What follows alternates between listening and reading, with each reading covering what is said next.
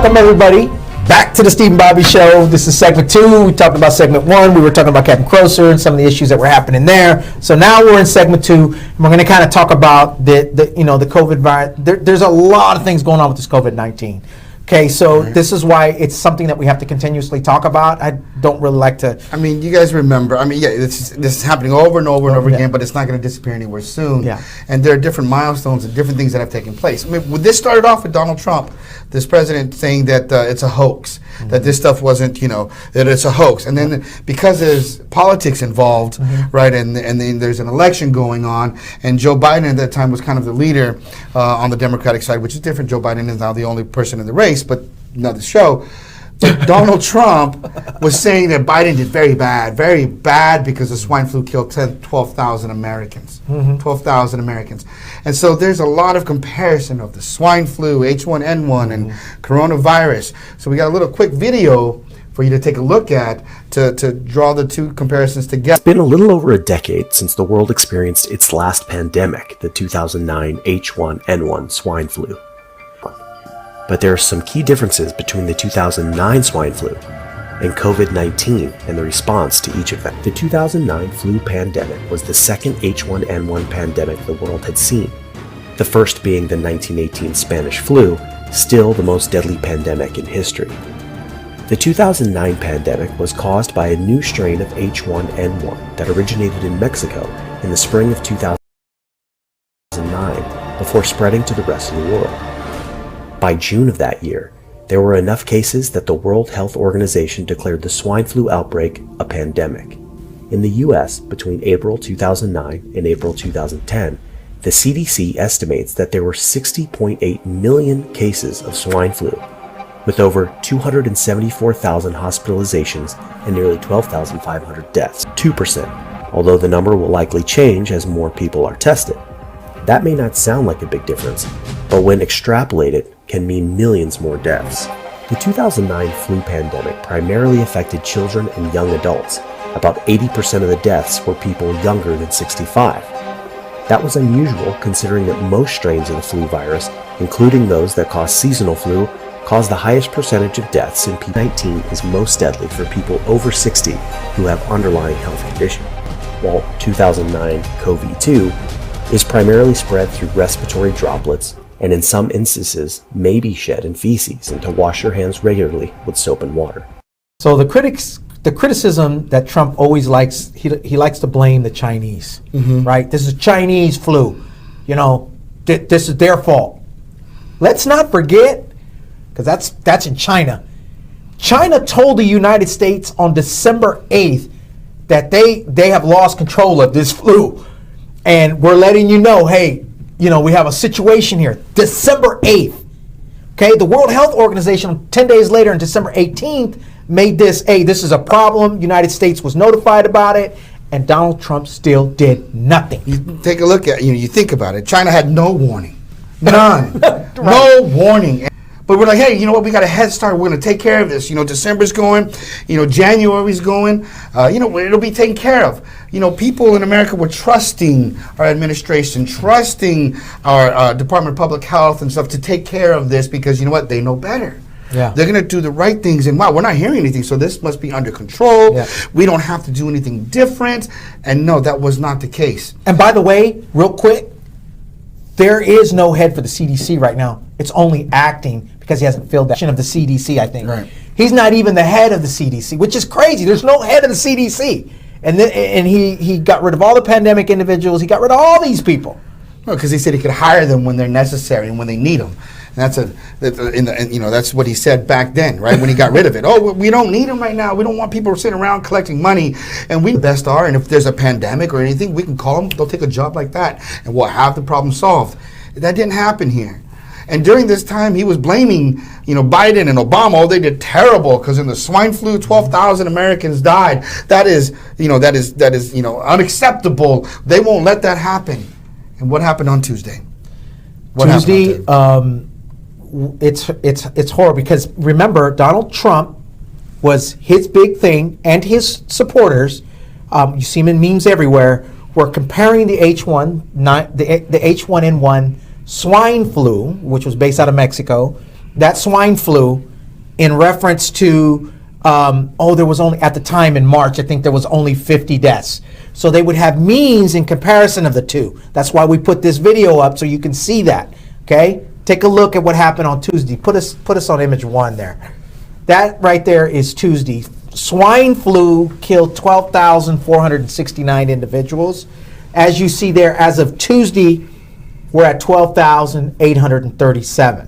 Today is Thursday, what is it, to April what, 9th?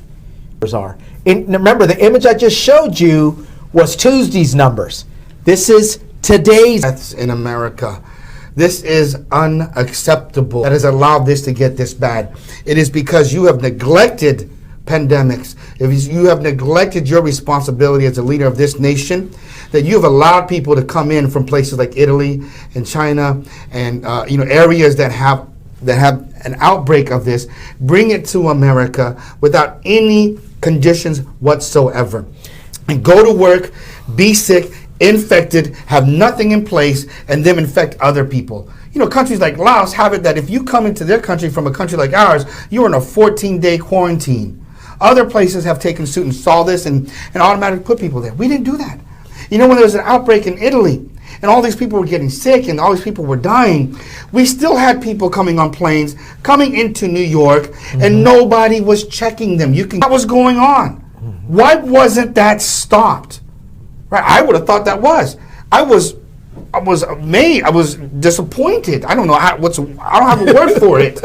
But when they came through and they weren't being checked, their temperatures weren't. You allowed this to happen. And I will not let people forget that. And you got to realize that there's a lot of TSA agents that have been infected because Donald Trump. And this is what happens when you have what Donald Trump has done is he's basically hired a bunch of yes men. We say this all the time. Bunch of yes men. He's 60% of his cabinet's not even filled. He's got when you have unqualified people in these. The doctors and the pandemic specialists, all those individuals that are professionals in this, there's no one in there that are willing to tell him, hey, you got a problem here. This is a big issue. Donald Trump doesn't know everything. Okay, a real good leader is willing to pass off. It's very easy for Donald Trump just to have said, hey, look, I'm going to put it off to Dr. Fauci or this pandemic specialist or this pandemic specialist. I'm going to put it to these type of individuals because they know what they're talking about. But not Donald Trump. His pride and his wanting to be always in the news cycle, always him,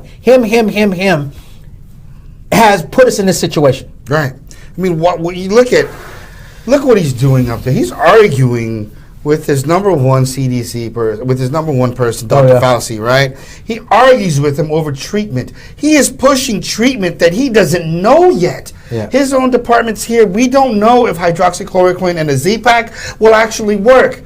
And it's not a vaccine. It's pushed out as a possible treatment. There are clinical trials for about 23 vaccines of his money in that. And he's trying to get that forward. Look, there are clinical trials. People are doing it.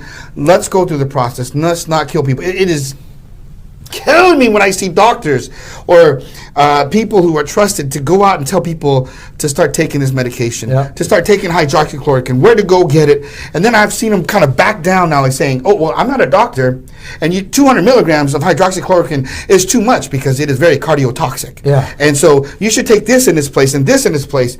And then as you watch these people, just pay attention to keywords. When they start saying fake news and all these things, then you know where they're coming from. You know where they're coming from. This is not a time to politicize. This is a time to listen to your healthcare professionals. Listen to your healthcare professionals. And the only reason why Trump comes up in this argument is not for politicizing. It's because he's the one who's forcing it to happen. When I say listen to your doctor, don't listen to your friend who says that they're an expert and they have they've never been in it, right? If your friend was saying something, I'd say don't listen to your friend. Looking promising, and sometimes it is, sometimes it isn't. He says, oh well, we'll see. We'll see. Like, stop. Just say, look, we have some things that are coming in place that we feel we're happy about it, and the treatment's out as soon as we can when we know that they are safe and that they're actually promising. Because you can find negative results on it too. Basically, I don't believe I found anything where people are very severely sick that hydroxychloroquine and zinc has actually helped. It's helped people who are infected, a little sick, but not too severe, and they've come out of it. They may have come out of it without it. And so we can't tell right now if that's what That's it was. why trials are so important. Yes, and it's very important with things like hydroxychloroquine. It might be just something that the wealthy can get. Yeah, just the way our system works, just the way everything is fixed here. I mean, you know, you have all these issues, and you have President Trump. You know, by the way, President Trump ain't the only one. He's the I mean, Brazil. There's right now in Brazil, Brastoni, right now in Brazil, they're wanting to impeach this guy. In Brazil, he is refusing to do anything about the COVID-19. People within his own party now are angry at him and wanting him impeached over this issue right now as we speak. I don't understand how could people look. You want to act tough. You want to act like everything's great. That's and you can. Yeah. You can be very promising, but be real. Yeah. You can always say, "Hey, look, this is something that's hard. This is something that we've never faced before, but we will come together and we will win. We have the best people working on it. That's Please, right. everyone, be safe. Be safe. Yeah. Do the best that you can to social distance, but we have this under control to the best of our abilities, and we will move forward and we will never give up." That's still inspiring. Yeah. That is mitigating disease, mitigating the spread of this. It's real, but we will make it out of it. We will if we work together. That's what has to happen. And when you don't, you send mixed messages, right? We had a tough guy, Boris Johnson, right? Boris Johnson. Let's talk about him because he is another one. So you have Boris Johnson, who in the early stages just refused. He wasn't as bad as Trump. I mean, Boris Johnson is. He's a European version of Trump. I can see people in the UK going, "What are you talking about? Are you crazy?" Boris, he wanted to shake everybody's hands. He wanted to hug everybody. You know, look, I'm a hugger myself. I'm a shaker. I like, you know, that's the way I am. I grew up that way. But man, you can't do that in this era. You can't do that. And then what happens? Do it again. And then what happens to Boris Johnson, the British Prime Minister? Take a look. Well, this is a Fox News alert. We just reported a few moments ago that British Prime Minister Boris Johnson has now been admitted to the hospital. He has symptoms of coronavirus. His office, 10 Downing Street, says the Prime Minister continues to have persistent symptoms. This 10 days after he tested positive. You know, he's been working in his office, kind of barricaded inside 10 Downing Street. They've been putting his meals outside his door. The office says that the Prime Minister will undergo tests, and he is urging the public to stay indoors. Likewise, Queen Elizabeth addressed the nation within the last hour or so, rallying their spirits of the British people. She said that we will succeed against this virus, Her Majesty saying, quote, "Better days will return." When you don't listen, that happens. You know, thank goodness that didn't happen to our president. You know, thank goodness we want him to heal. We don't want any deaths. Yeah, and I have friends that are sick and that are fighting for their lives.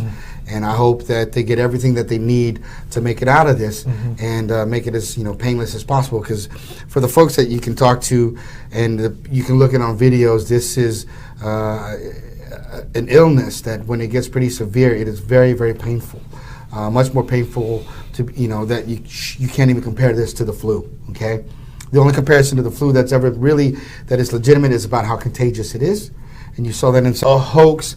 This is real. And are glad that we're talking about masks that are being donated, masks that are being purchased. And I'm waiting for our governor here, Newsom, as he's saying he's got a lot of masks for us. I don't know what that actually means. Does that mean masks that are coming to me that I got to buy for us? Or are you going to buy them and bring them into our clinics? I haven't received one yet. Wow. I've received them from donors. Great people out there that are sewing masks and donated to our clinics. That is amazing. We need gowns. We need all those other things too. We need thermometers as we are dealing with this pandemic and screening folks and testing people for COVID-19. It's very important that we all work together to get out of this pandemic and not work against each other to make one place worse than another. Let's get us all better. That's what we have to do. And then what's crazy is that during all of this mix-up, this administration decides to take some political actions to get back at other people. Yeah, we're gonna here's, if you remember in the Mueller report, and the reason why we're bringing this up ground against, remember, he just last week or the week before that took 700,000 people off food stamps. Donald Trump, during this pandemic, 2 weeks ago, the judge we did a video on it. You guys can go back and look. I think it was a couple weeks ago. where he's trying to take 700,000 people off food stamps, and the judge wanted to postpone it. The Trump lawyers went in and said no, and they wanted to do it now. Is it their insurance or is it them themselves going to be paying for it? No one has told me yet that it's just paid for by anybody and anyone can come in. So that hasn't happened. I'm glad that they talk about it, but it hasn't come to fruition yet. And now we just added 350,000 more people, and actually now even more within the last week of people who are not on this, not having health care. Political payback. That's right. Goes after Michael Atkinson. If you don't know who Michael Atkinson was, he was the Inspector General that calls a whistleblower. And check this video out. Now to our breaking news. Once again here at Fox News Washington, we have learned that a decision by his boss and then told Congress of what he thought was a, quote, urgent complaint about the president's communications with Ukraine. That complaint, of course, we later found out was leveled by a CIA operative working inside the White House. In the letter tonight, the president said he no longer has the fullest of confidence in Atkinson and would remove him from his duties effective 30 days from today. As you can well imagine, Democratic reaction to the president's decision has been swift. This from Adam Schiff tonight, the congressman from California. Yet another blatant attempt by the president to gut the independence of the intelligence community and retaliate against those who dare to expose presidential wrongdoing. So of course he's going to do that in the middle of a pandemic. Right. Instead of, vendettas, he's going through and trying to get all these things done because he knows no one is watching. He's not appointing anybody at the right positions. And he's just, chopping at the things that make America what it is. And mind you, he was the Inspector General. Okay? We have a whistleblower law, federal mandate, it's a federal mandate on a whistleblower law. He was required, that is what his job required him to do, was to turn that over to the Intel Committee of what the whistleblower was saying, and then the Intel Committee, of course, went on and impeached the president over it. Right. So you think about it, that was his job. His only other option of the law. We have these laws in place like Ketam, in which that if someone blows the whistle, they are to be protected. You cannot fire them. You see, as a CEO, if someone is going to report my organization to the authorities, whether they're telling the truth or whether they're lying, I cannot terminate our contractual relationship or their job because of that. That's against the law. But the president obviously is not supposed to be held to that same standard. That is wrong, right? And he's doing this during this pandemic. We cannot let people forget about this. I mean, and something that we brought up during the break, because Steve, you do a great job bringing all the videos and bringing all these things together for us to discuss and talk about. But I did notice he chose the station over and over and over again. He got on me on the last minute. But the thing is this, even Trump's base, because I'm pretty sure many of you are not Trumpers or, that support our, lowest unemployment rates since the Depression. You cannot deny that he's had the largest downfalls in our economy during this. And it's history. You cannot deny the amount of infected, the amount of the things that have come throughout this. It's time that he has been in presidency. And he's not even done with his first term, okay? These things are happening strictly because of him. I've been in debates and arguments with family members. I've watched family members split apart because of politics.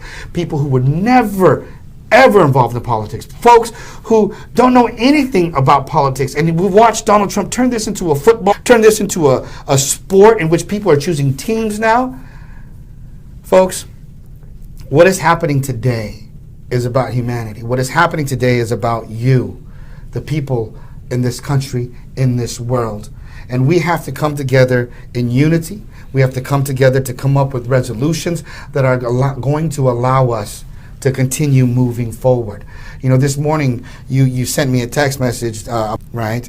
And the thing is that if this is a problem that we can't get together in November, where's our economy going to be by November?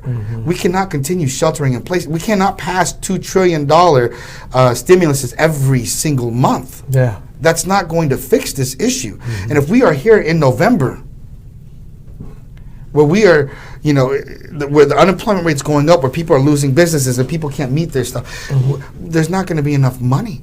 I mean, when you look at it, it looks great. You know, I'll say, you know, the stimulus package, ooh, I'm happy that it was out there, right? Everyone's applying for loans. I've applied for those loans, all right? I haven't received the word back yet.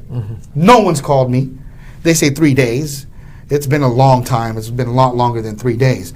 In fact, I haven't talked to anybody who has received a call back yet. And I've been helping people fill these applications out as well. Okay? So, in order for these things to come to fruition, what we're putting out there, it has to, you know, when they come to fruition, it has to have a real impact. And if we wait till November, I don't know what's going to happen. Yeah. So, you know, this COVID-19 is real. It's not a hoax. We can't let people forget, you know, that we have to treat this with real respect, and we have to move forward and fix this issue. Stop making it about Democrat or Republican. Make it about what is going to be done for the people, period. That's what has to happen.